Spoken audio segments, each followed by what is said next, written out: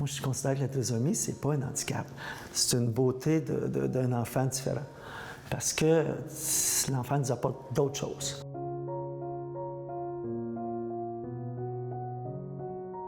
Je me disais, dès le début, il faut que je la stimule, il faut que je la stimule. Puis, tu sais, quand je me suis informée, j'ai beaucoup lu sur la trisomie. Puis, il parlait de stimulation précoce, mais j'ai pas eu des services rapidement. Donc là, moi, je me disais, il faut que je la stimule. Je sais pas trop comment. J'ai l'impression que des fois, on se met beaucoup de pression avec ça. Parce qu'on veut en faire, on veut en faire, on veut en faire. Puis là, j'essaie justement, parce qu'on est encore en liste d'attente pour le CRDI, fait que j'essaie de chercher de mon côté pour trouver des ressources. Puis ça, c'est...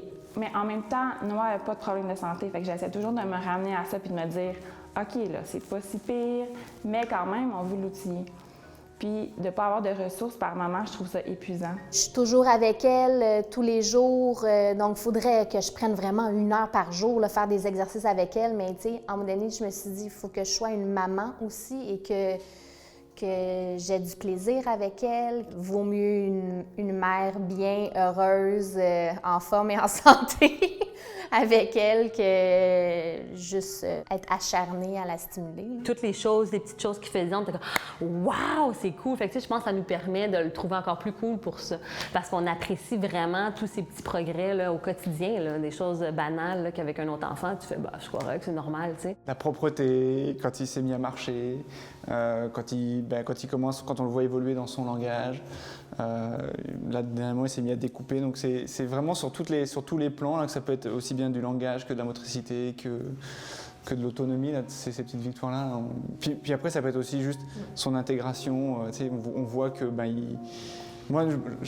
l'intégration à l'école va être une petite victoire, je pense, là, quand il va commencer, quand on va repartir avec son petit sac à dos.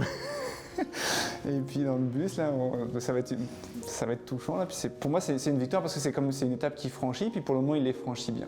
Quand on est sorti de l'hôpital qui nous disait qu'il allait probablement rien faire, à le voir maintenant, bien, pour nous, c'est beaucoup de victoires de réussite. Moi, je vois avec le premier, quand il a marché à 4 pattes, ben, oh super, tu sais, on applaudit, puis c'est terminé. Et Gaëtan, ça a été l'événement. Le feu d'artifice. Le feu d'artifice et tout. Parce qu'on sait que ça lui demande plus d'efforts.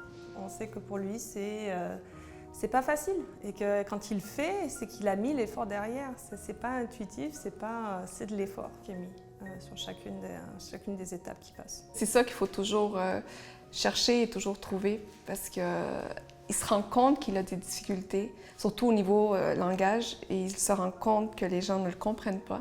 Donc, il vit une frustration. Ouais.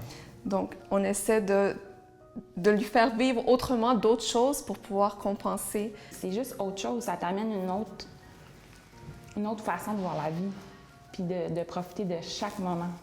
Depuis que je suis adulte, je me rends compte que ça demande beaucoup d'organisation avoir un enfant avec une déficience intellectuelle par le fait que mon frère travaille. Donc là, il faut qu'on pense au transport pour aller le chercher, aller le porter. Il y a des activités aussi en dehors de ça. Il faisait du judo, fait que là, c'était le transport aussi. Les rendez-vous médicaux, c'est lui qu'il faut qu'il les prenne. Là, après ça, tu sais, il faut penser à tout, il faut tout ajuster en fonction de. J'ai l'impression que Noah, parce que peut-être que lui va rencontrer des difficultés, il m'apprend à me faire confiance.